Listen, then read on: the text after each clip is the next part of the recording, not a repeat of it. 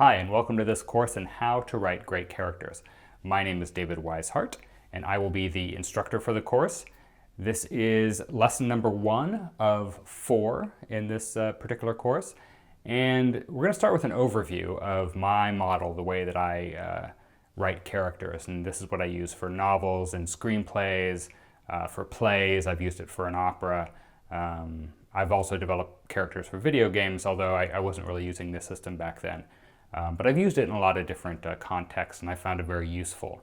One of the things that I found developing as a writer is that writers, I think almost exclusively, almost entirely, are made and not born. I think we're perhaps born with certain abilities. We're born in a certain culture that allows us to become writers, a certain economic status that gives us enough time and the resources that we need to devote to learning the craft. But really it is about learning the craft, and there's a lot to learn for any writer, really, because before you even know your native language, in my case English, there's a lot to learn. There's a lot to learn about language, there's a lot to learn about communication skills, there's a lot to learn about the world, since most of us will be writing about the world, and we need to write what we know, and so we also need to know the world around us, and that takes time, it takes plenty of observation, some intelligence, some skill, maybe some mentoring, and some life experience.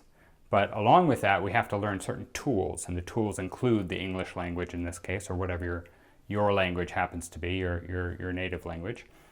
And you also have to learn how to tell a story. You have to know what a story is, and a lot of this we pick up naturally. We pick this up in childhood, or we pick this up in school, and we develop our ability to tell stories by hearing stories, and we model the stories that we've heard to teach new stories, just like we would model a joke to learn, the form of a joke.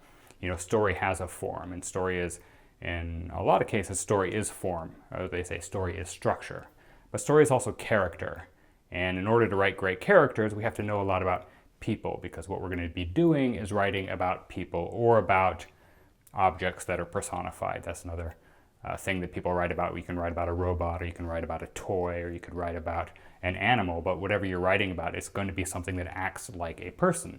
Even if you're writing about a god, for example, like a Greek god or whatever, or some other culture, or maybe the deity that you believe in, you're going to, in order to make it relatable to an audience, to a readership or a viewership, that character will also have to behave as a human being. So we have to know a lot about people, and that starts by knowing a lot about ourselves and also observing the world around us. And we can also pick up tools, just as we can pick up tools to write English, like grammar, spelling, things like that. We can also learn tools for writing characters, and a lot of those tools will come out of other people's studies of real human beings. So in this case, we're talking mostly psychology. There's a whole field of psychology. There's a field of typology. People for many centuries and millennia have been trying to type other people. We think, this person is this type or that person is that type. And we naturally use shorthands when we talk about people. He's a jock, she's a drama queen, whatever. So we use labels, and it's kind of a shorthand, and it gives us a certain amount of, it chunks information for us about what that person might be like. And it can be stereotyped, which can be a negative thing, but it also gives us a lot of information very quickly.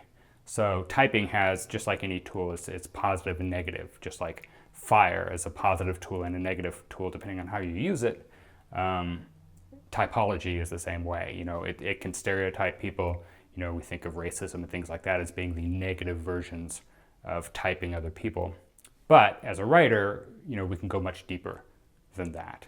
So some of the ancient systems of typology were things like the 7 deadly sins, for example. So, in the Middle Ages and even before, human beings would be classified by their actions or their behaviors, what kinds of sins, what kinds of temptations they were given to. So that's one way that people would be typed.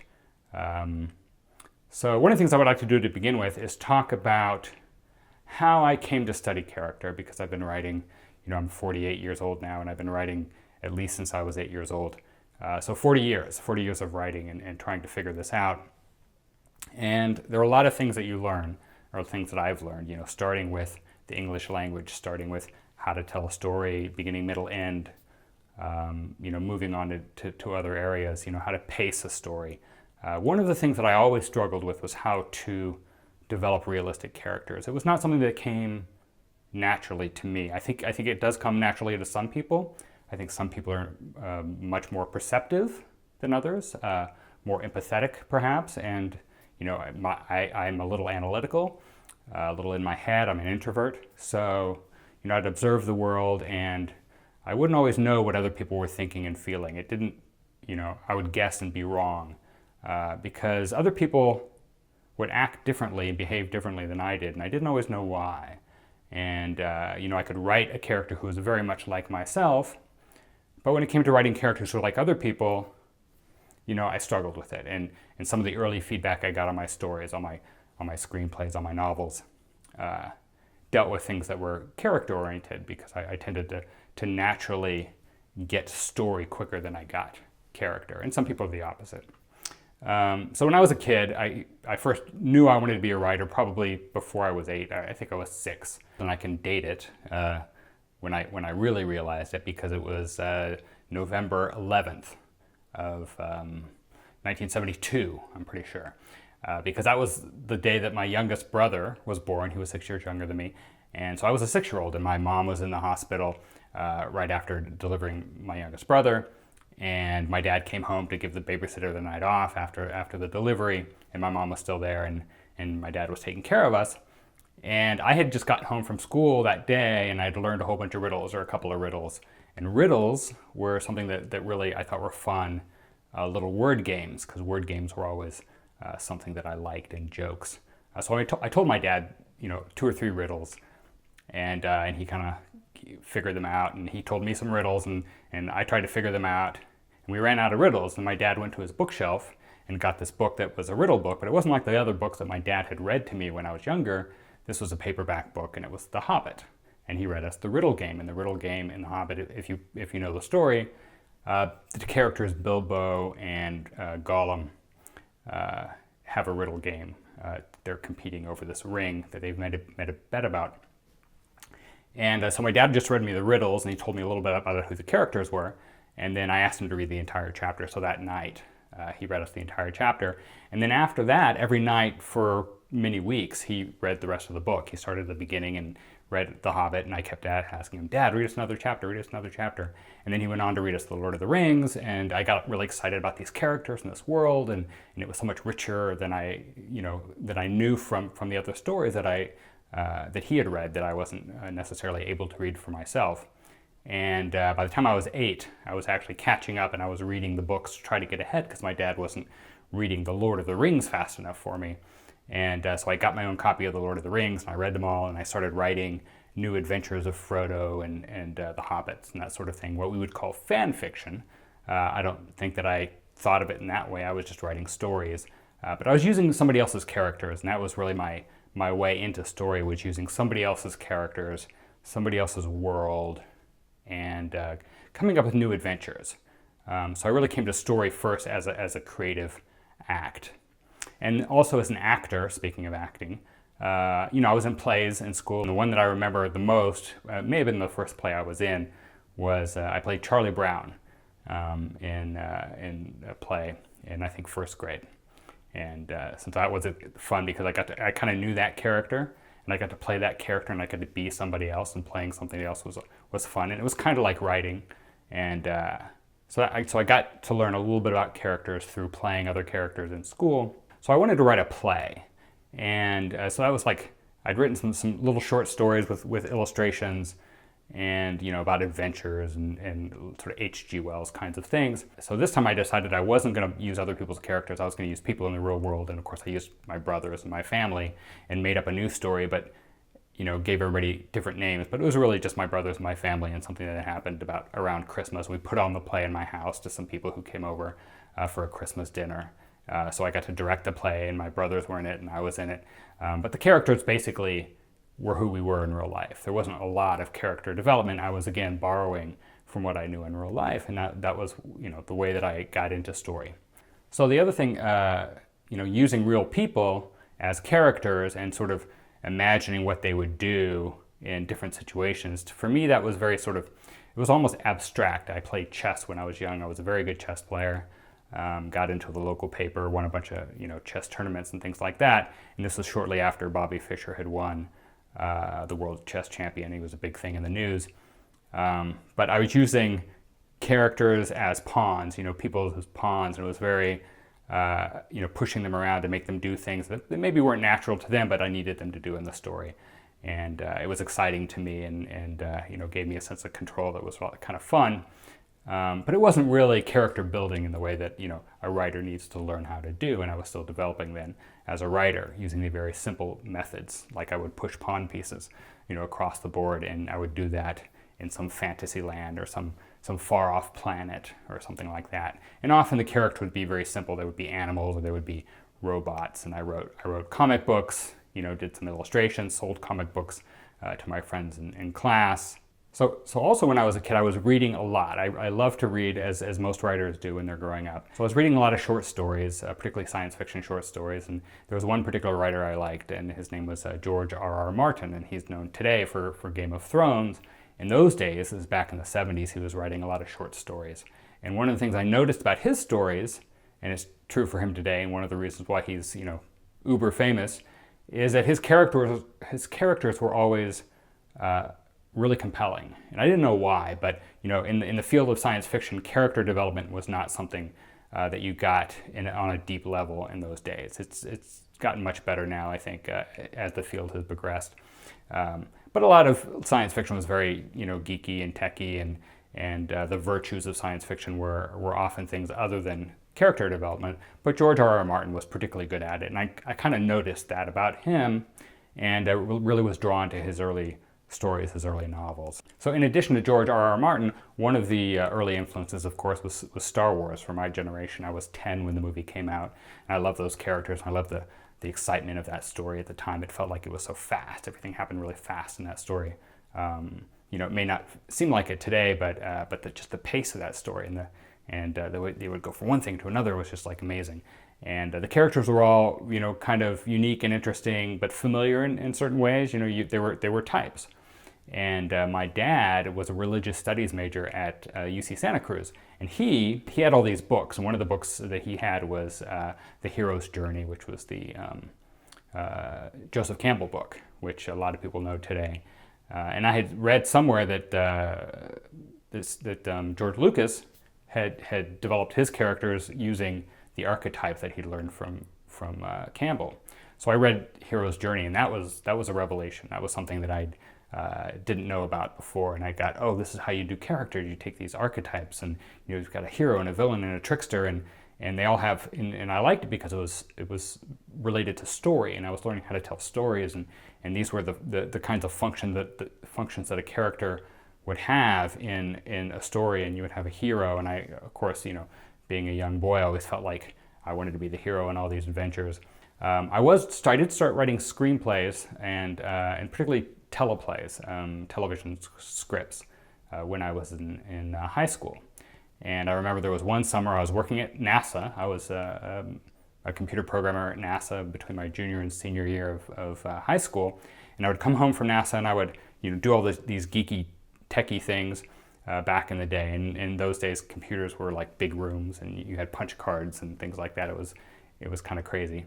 But I would come home from work and I would write screenplays, and I was mostly working on this TV script for Hill Street Blues. Hill Street Blues was my favorite show at the time, and what I loved about it is I knew all the characters, and I loved all these characters at this police station, and they were all very different and distinct and memorable. And we didn't have a VCR in those days, so one of the things I would do is I would take an audio cassette tape, and I would put it up to the TV, and I would just listen to the way the characters talked.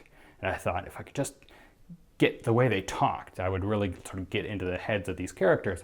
And so I would tape the episodes. Every week I would tape an episode, and I would go to bed and listen to the way these characters talked, and I would write it. And it actually improved my writing a lot, at least for Hill Street Blues. So then what I was able to do was use this TV script that I'd written for Hill Street Blues with other people's characters, but with my new stories and a new understanding of at least TV story structure.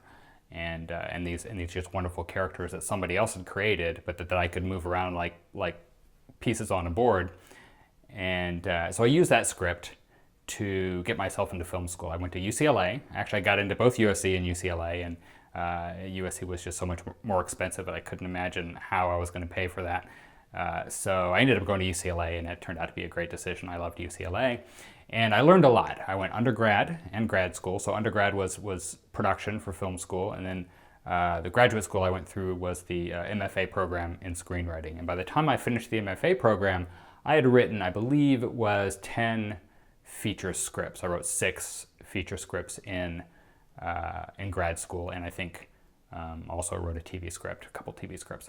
So I'd written a lot, and I learned a lot. I mean, mostly when you're developing as a writer or doing anything, really, you learn by doing. That's really the main thing. And I had all these regular deadlines with these classes, and so I just, I learned an enormous amount. But the one thing that I felt as I was leaving film school that I didn't quite get was enough on character development. A lot of my professors would talk about it in sort of general terms.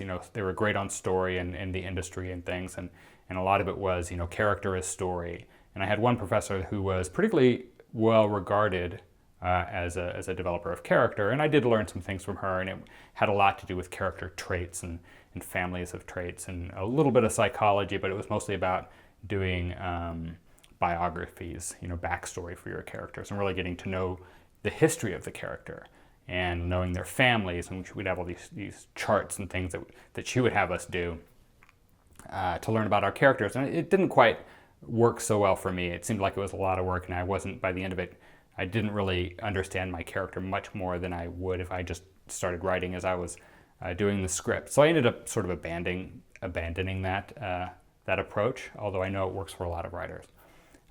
So that was what I got out of character development from UCLA, and I was using that.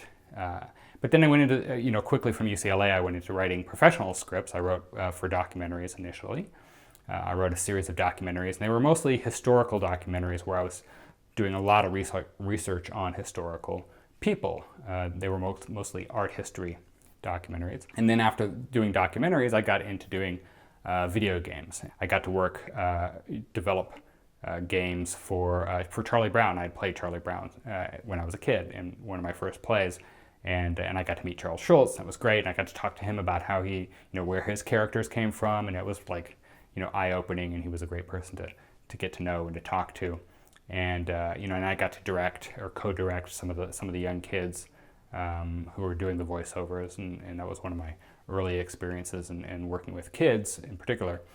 And I was able to learn a lot about how these very famous characters, Snoopy and Linus and Sally and Charlie Brown and all these characters that are very, very well known, where they came from, and I got to do some new writing for those characters for the games that I was producing. But again, I was using other people's characters. I was taking these famous characters that other people had created, and it was a lot like fan fiction, where somebody has done a lot of the heavy lifting for you, and and it gives you an insight into how these different types of characters, Lucy's a different type than Linus or Charlie Brown, and how these characters talk differently and act differently, and that was a real education. And then I went to 20th Century Fox in their video game division, and I worked on Fox characters. Fox Animation had a couple of animated movies coming out. The first one was Anastasia with Meg Ryan, and I got to direct Meg Ryan in her voiceover for the video game that I was making, this little kids game. And I got to talk with her about how she approached her character and how she liked to work, and really got to write a new adventure for an existing character. And I did the same with The Simpsons, and I got to direct the cast of The Simpsons, and talk to them about their characters. They knew their characters very well. They, at that point, I think, done them for 10 years or something. And it was really, directing the Simpsons cast was really just telling them, what's happening in the story. They weren't as accustomed to doing video games at that time. So it was more like, well, what's happening in the game? And okay, so they knew the characters. They knew their characters cold. But I got to talk to them a lot about how they had developed their characters and how the writers had worked with that. And I also worked with Titanic, so I got to work with James Cameron on, again, this was more historical because we were not doing the Kate and Leo story. I was doing, again, a documentary about the Titanic using film assets, and also bringing in a lot of actors, doing a lot of research on historical people, and just taking these historical figures who are real people and trying to figure out what they thought and how they lived and who they were as characters based on the evidence of history, really, and diaries and things like that.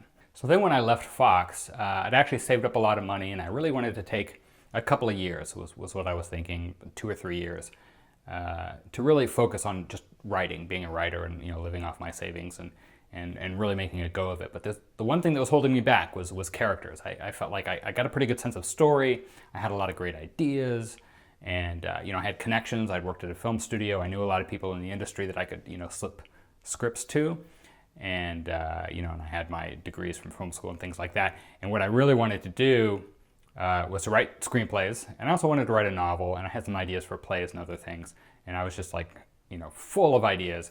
But then the thing that was holding me back was this character development. As I was writing these scripts and getting some early feedback on them, I felt like my main characters were great. My other characters were maybe not so great. And so I really figured I had to get this thing solved, figure out this whole character thing. And there weren't a lot of resources that I found in the writing section. This was in the early 2000s, and by this time there were a lot more screenwriting books coming out and screenwriting gurus, and there had always been writing books. So I was like devouring everything in the writing section, and a lot on story structure, which was helpful, and a lot of it was reminding me of what I'd already learned and just sort of reinforcing those things. And I was reading a lot of scripts, professional scripts, watching movies. I would go to movies every day, taking notes and just trying to like really get this figured out. But for characters, there wasn't as much. There was, the hero's journey was very helpful. So I went to the psychology section and the self-help section of the bookstore, and I found things like the Myers-Briggs books, which I found very helpful. And they classify people into 16 different types, and this is based on Jung and other psychologists from the early and mid 20th century. And I found it very helpful. I myself am an INTJ, if you want to know. Maybe you've already guessed, I don't know. And so what I would do is I would take these 16 types and I would try to map those to the characters of my story. And the main character would usually be somebody like me, typically, but not always. And the other characters in the story, I'd figure out maybe 10 or 12 of them and what types they were and how they would, how they were supposed to interact in real life. And it was very, very cerebral, but helpful as well. So that plus character traits plus the hero's journey. And I really started to feel like that was helping me to flesh out these stories. And it was about this time that I discovered or rediscovered the Enneagram. And the Enneagram is the system that we'll talk about in this class for the most part. We'll talk about some other things, but it ended up being the tool that I used. And I had been exposed to it maybe 10 years earlier, I think. An ex-girlfriend of mine had been very, very interested in it and other psychology things. And so I think she had told me about it, and we typed each other, but I hadn't actually read the books. So when I really got into it, I'm like, oh, the Enneagram, I remember that. I started reading all the books, and I started using that instead of the Myers-Briggs on my current projects at the time, which were Valentino, which was a verse play set in the Italian Renaissance about the Borgia family. So I did a lot of other research, but I was really trying to get into the heads of who these historical characters were when I was writing this play. And I was also, at the same time, writing a fantasy novel called Devil's Lair, about a trip through Dante's Inferno.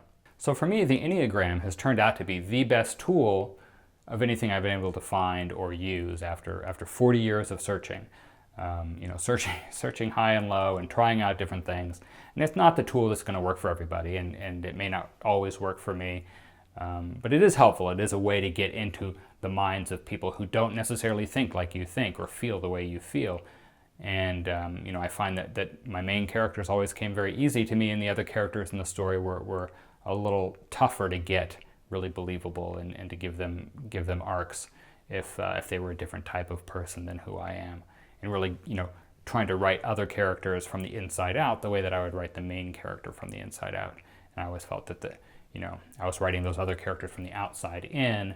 I was taking my observations of the real world and people that I knew, and I could only really write those other kinds of characters as well as I knew those other kinds of people, which was just not well enough in my case. And so the Enneagram, I think, really helped that. It elevated my writing in a lot of ways. And, I found that both through Valentino, which was a good success locally, audiences loved it. And I also found that through success with Devil's Lair, which became a bestseller in the fantasy genre. It was, for a while there, it was sitting right up next to my heroes, Tolkien and George R.R. Martin. It was sitting in the top 10 for quite a while at Amazon in the fantasy genre, and in addition to paying some nice bills, gave me the kind of validation of here are these people that I loved since I was a kid, and there's my work shelved right next to theirs, and so I really think that has helped me personally as a writer, and it's a tool that I'm going to continue to use. It's one that I've used in a lot of different ways. I've used it for plays, I've used it for a musical, I've used it for an opera that I wrote, I've used it for novels, I've used it for screenplays, more than a dozen screenplays that I was paid to write, and I found it very helpful in all of those cases. So it may not work for everybody, may or may not work for you, but I think it is a tool that's worth sharing. It's one that I think will help a lot of people, a lot of writers, especially those who are struggling with characters, perhaps those for whom writing believable characters is maybe not first nature for them, the way maybe telling a story is or painting a scene. There's just a lot of skills that a writer needs to learn to really mirror life the way that a writer needs to do to be truly successful. So moving ahead in this class, I'm going to go ahead and we'll go through an overview of what the next lessons are going to be. I will paint a picture of what the Enneagram is, and why don't we just step forward.